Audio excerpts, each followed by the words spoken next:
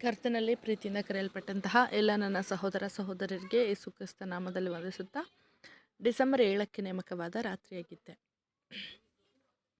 ಯಾಕೆಂದರೆ ಮಾತನಾಡುವವರು ನೀವಲ್ಲ, ಆದರೆ ನಿಮ್ಮ ತಂದೆಯ ಆತ್ಮನು ನಿಮ್ಮೊಳಗೆ ಮಾತನಾಡುತ್ತಾನೆ. ಮತ್ತಾಯ 10ನೇ ಅಧ್ಯಾಯ 20ನೇ ವಚನ. ಪ್ರಭುತ್ವದ ಪವಿತ್ರಾತ್ಮವನ್ನು ನೀಡುವ ಅರ್ಥದಲ್ಲಿ ದೇವರು ನೇಮಿಸಿರುವವರು ಮಾತ್ರ ಕರ್ತನ ಹೆಸರಿನಲ್ಲಿ ಬೋಧಿಸಲು ನಿಯೋಜಿಸಲ್ಪಟ್ಟಿದ್ದಾರೆ ಅಥವಾ ಅಧಿಕಾರ ಹೊಂದಿದ್ದಾರೆ. ಭೂಮಿಯ ಮೇಲಿನ ಎಲ್ಲ ಸಂಪ್ರದಾಯಗಳು ಮತ್ತು ಬಿಷಪ್ಗಳ ಎಲ್ಲ ಕೈಗಳು ದೇವರ ಹೆಸರಿನಲ್ಲಿ ಮಾತನಾಡಲು ಯಾರಿಗೂ ಅಧಿಕಾರವನ್ನು ನೀಡಲು ಸಾಧ್ಯವಿಲ್ಲ. ನಮ್ಮ ಕರ್ತನಾದ ಯೇಸು ದೇವರಿಗೆ ಕಟ್ಟಳೆಯನ್ನು ಪಡೆಯುವವರೆಗೂ ತನ್ನ ಸೇವೆಯನ್ನು ಪ್ರಾರಂಭಿಸಲಿಲ್ಲ.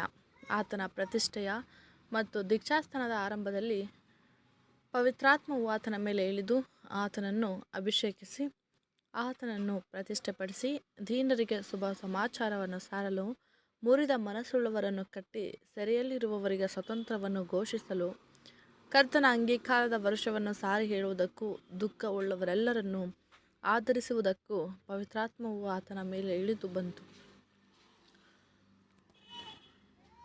ಅದೇ ಪವಿತ್ರಾತ್ಮವನ್ನು ಸ್ವೀಕರಿಸುವ ಯಾರಿಗಾದರೂ ದೇವರ ಯೋಜನೆಯನ್ನು ಅರ್ಥ ಮಾಡಿಕೊಂಡವರು, ಕೇಳುವ ಕಿವಿಯುಳ್ಳವರಿಗೆ, ವಿಶೇಷವಾಗಿ ದೀನರಿಗೆ, ಮುರಿದ ಮನಸ್ಸುಳ್ಳವರಿಗೆ, ದೇವರನ್ನು ಕುರಿತು ನೆನೆಸುವವರಿಗೆ ಶುಭ ಸಮಾಚಾರವನ್ನು ಸಾರಲು ಈ ಪವಿತ್ರಾತ್ಮವು ಅಧಿಕಾರಪೂರ್ವಕವಾಗಿ ಕೊಡಲ್ಪಟ್ಟಿದೆ. ಅಪೊಸ್ತಲನಾದ ಪೌಲನು ಸಭೆಯ ಅಂಗದ ಸ್ತ್ರೀಯರು ಸಾರ್ವಜನಿಕವಾಗಿ ಬೋಧಿಸಬಾರದು ಎಂದು ತಿಳಿಸಿದ್ದರೂ, ಪವಿತ್ರಾತ್ಮದ ಅಭಿಷೇಕ ಪಡೆದ ಅವರೆಲ್ಲರಿಗೂ ಉಪದೇಶಿಸಲು ಮತ್ತು ಬೋಧಿಸಲು ಅವರು ಸ್ತ್ರೀಯರಾಗಿದ್ದರೂ ಅವರ ಮಿತಿಗಳ ಅಡಿಯಲ್ಲಿ ಯಾವುದೇ ಅಡ್ಡಿಯಿಲ್ಲ. ಮತ್ತು ಕೆಲವು ಸಾರಿ ಖಾಸಗಿಯಾಗಿ ಬೋಧಿಸುವುದು ಸಾರ್ವಜನಿಕವಾಗಿ ಬೋಧಿಸಿದ್ದಷ್ಟೇ ಸಮಾನವಾದ ಪರಿಣಾಮಕಾರಿಯಾಗಿರುತ್ತದೆ ಎಂಬುದೇ. ಆಮೆನ್.